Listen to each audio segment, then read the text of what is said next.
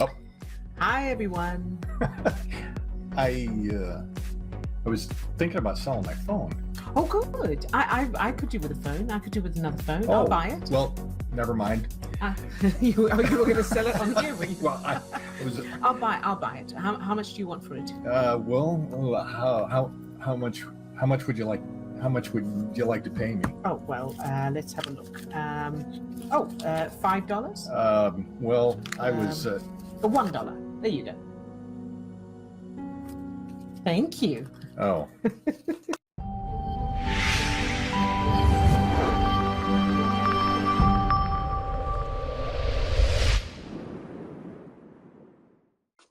I'll take that.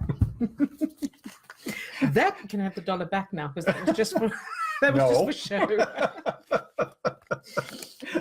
Hello, everybody. Hi, everybody. So that was a little bit of silliness there for you, and really demonstrating Today's topic. Yes. Thank you. Today's topic is how to build that confidence, how to gain confidence in asking for money. Yes. Good point to reiterate that. So what the heck are they doing? Yeah, and so whether it's you're trying to sell something like Steve just tried to do there, or you're not being paid what you're worth at work and you want to ask for a raise, or you have your own business or provide services and you either don't know what to charge, you can't charge, you forget to invoice people, or you're worried about, like I used to go into freeze flights when it came to invoicing people, or you need to get money back that you're owed, that you lent someone or that somebody owes you for some reason, and you can't ask for it back. And there's a lot of different options, and what we're going to share with you today is going to help you regardless of what the circumstances are. Yeah, and I think that it probably affects people with in all walks of life. Yeah. It may not affect bigger businesses, but there are tons of us out there that are small business people that are trying, we may be one person. Yeah. And I think it does affect, it can affect bigger businesses. You think so? I think it can affect anybody. And you want to explain how it might affect everybody. Well, so the main thing to remember, because bearing in mind, bigger businesses are also run by people. Exactly. And every person has their subconscious programming, and it comes out in different ways. So what is actually happening when you're feeling whatever you feel, when you go to ask for money, and regardless of the circumstances, it doesn't matter about what you're asking the money for, and it doesn't matter who you are. Or what you're doing. What is determining how you feel about asking for money, your confidence in asking for money, is the references that your subconscious is referring to. So what's actually happening in real time is when you think about asking for money, or you go to actually do it, or you go to invoice, your subconscious is referring to the facts in your chart from childhood memories that determine who you are and how the world works, and then it's prompting your brain to trigger your organs to produce chemicals that are creating the feelings, sensations, emotions that you're experiencing, and that is what's determining. Now, if you think about it, people have sold the most ridiculous things on eBay alone so there's, people have sold paper clips and a ghost in a jar for, you got hundreds of thousands of dollars worth for thousands of dollars.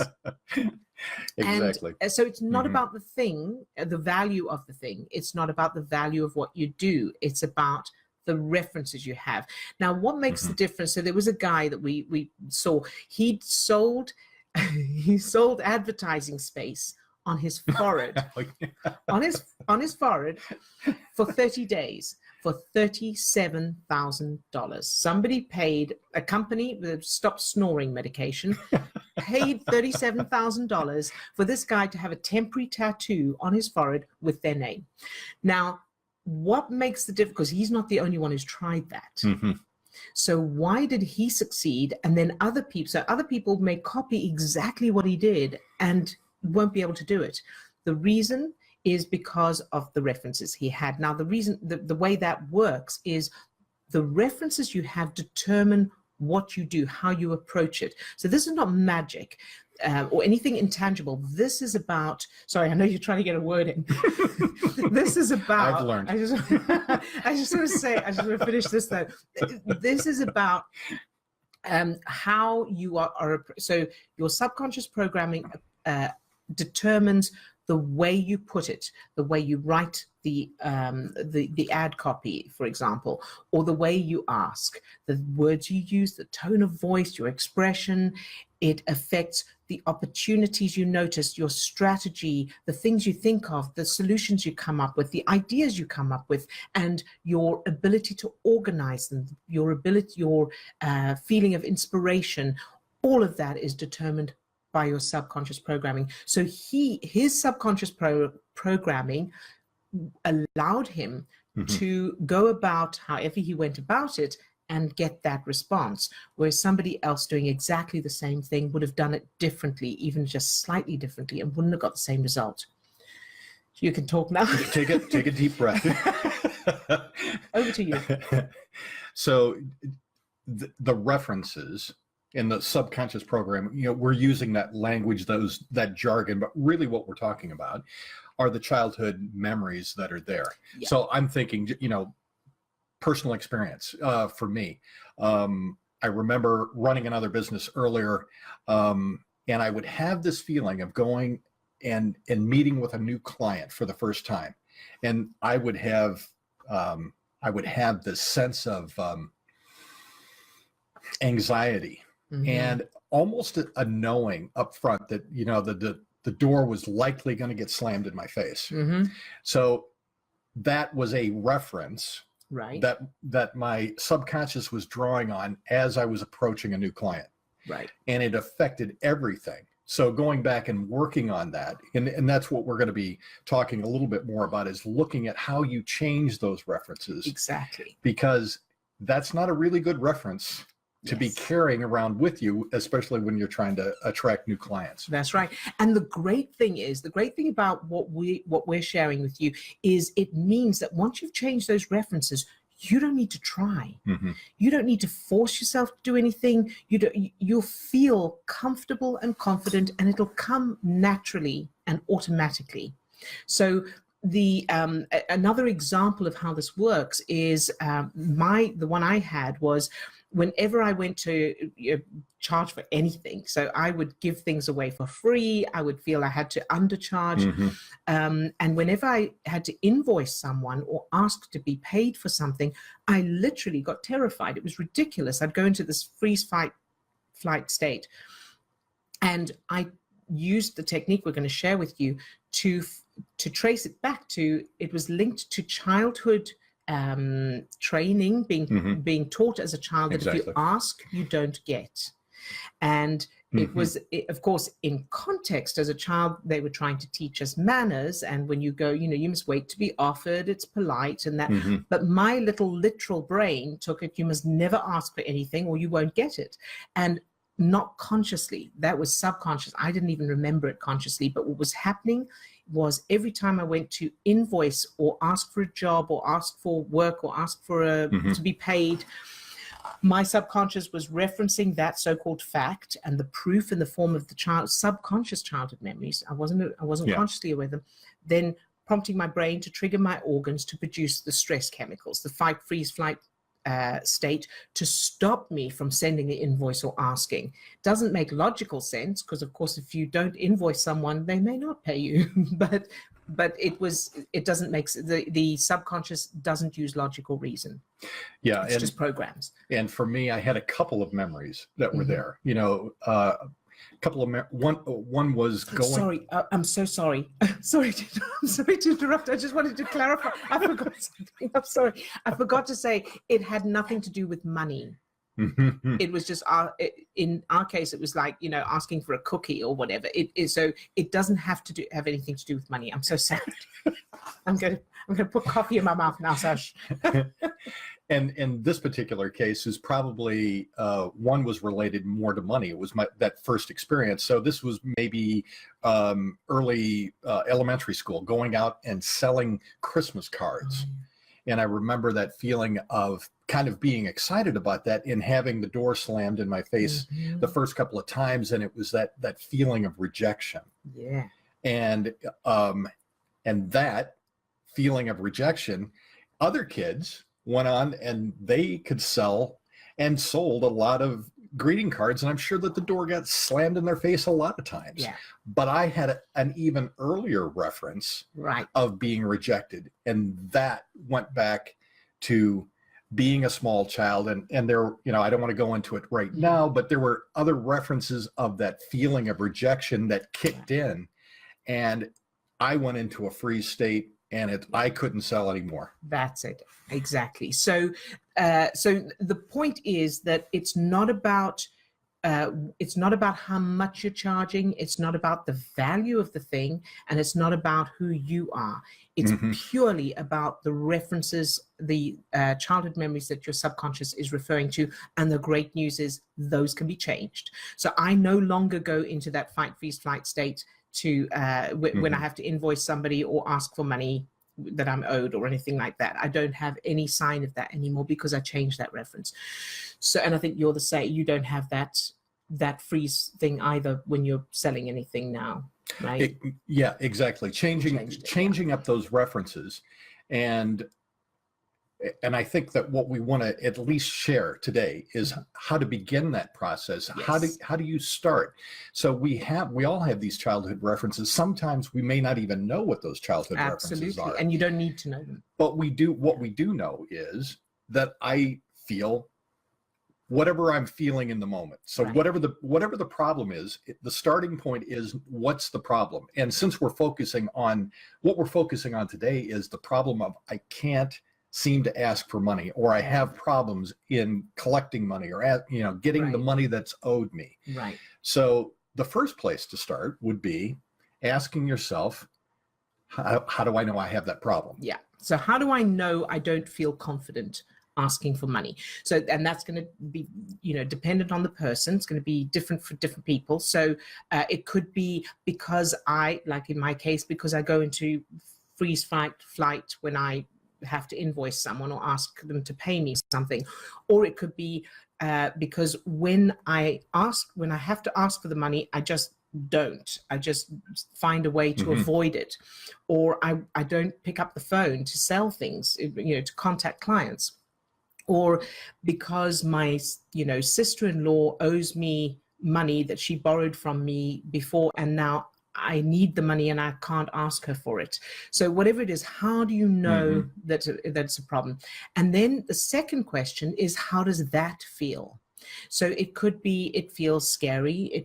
I feel like they'll be angry with me. I feel like I'll lose them.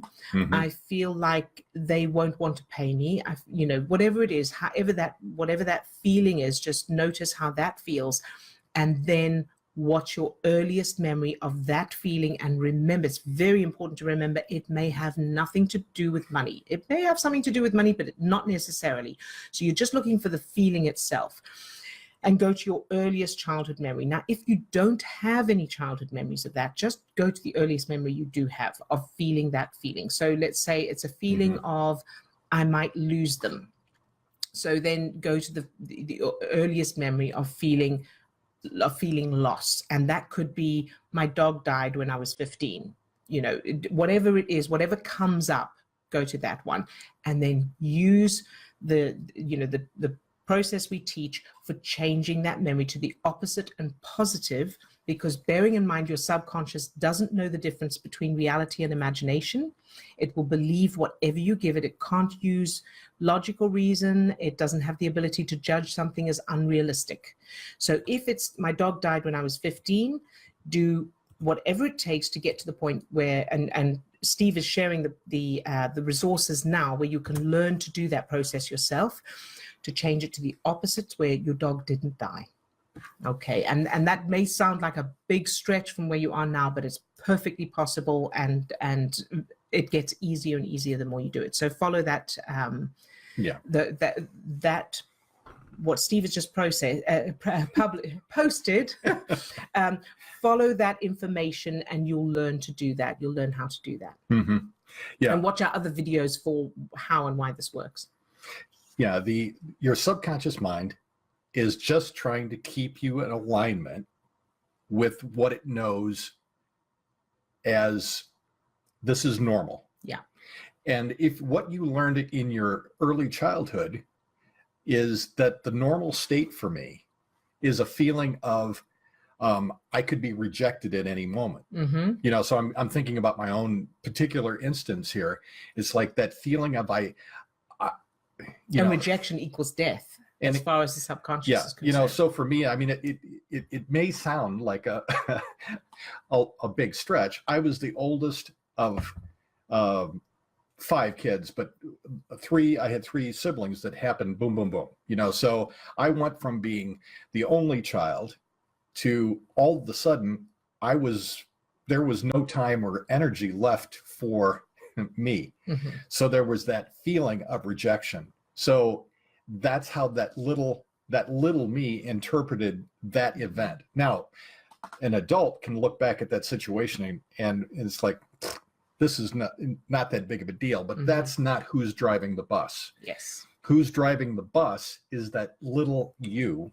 Correct. That subconscious program, those old memories are what your subconscious is referring to and trying to keep you in alignment with that.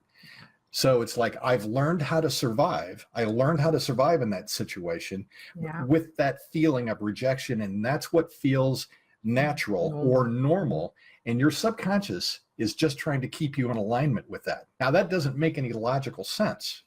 And certainly when you're running a business, that doesn't make any logical sense. But that's what's happening. Your subconscious is just trying to keep you in alignment with that. So if you change the references, if you change what your subconscious sees as normal, yes, then that becomes the new normal. Yes. And that becomes empowering. So as you're changing these memories, you want to change them to the opposite and empowering. Yes. I know that we've been saying opposite and positive, but empowering. Change those memories so that they become empowering, because your subconscious is going to be referring to that. That's right. Yeah. And then it'll be natural, automatic, and normal.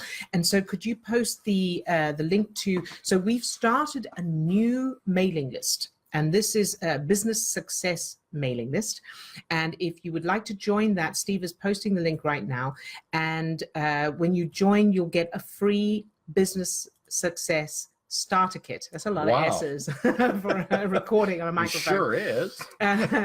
So it's a starter pack for getting started on changing memories specifically for business. And of course, when we say business, that can mean even just, if you're employed, if you've got a job, this is also about what you're getting paid to do your job, or your benefits, or if you want to change jobs or you want to start your own business. There's, it applies to a wide variety of things. And so you can get this free business success starter pack. And we will also be sending out different tips and tools and techniques on how to do this. We'll go deeper into it.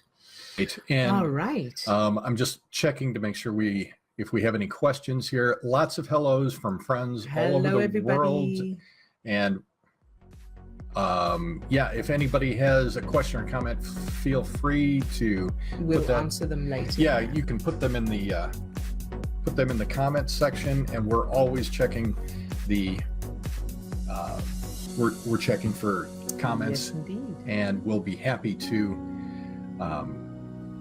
answer those later. Very Sorry, good. I was just right. reading through all of that. All right, everybody. We will see you all again soon, hopefully. See you soon. Bye-bye. Bye for now.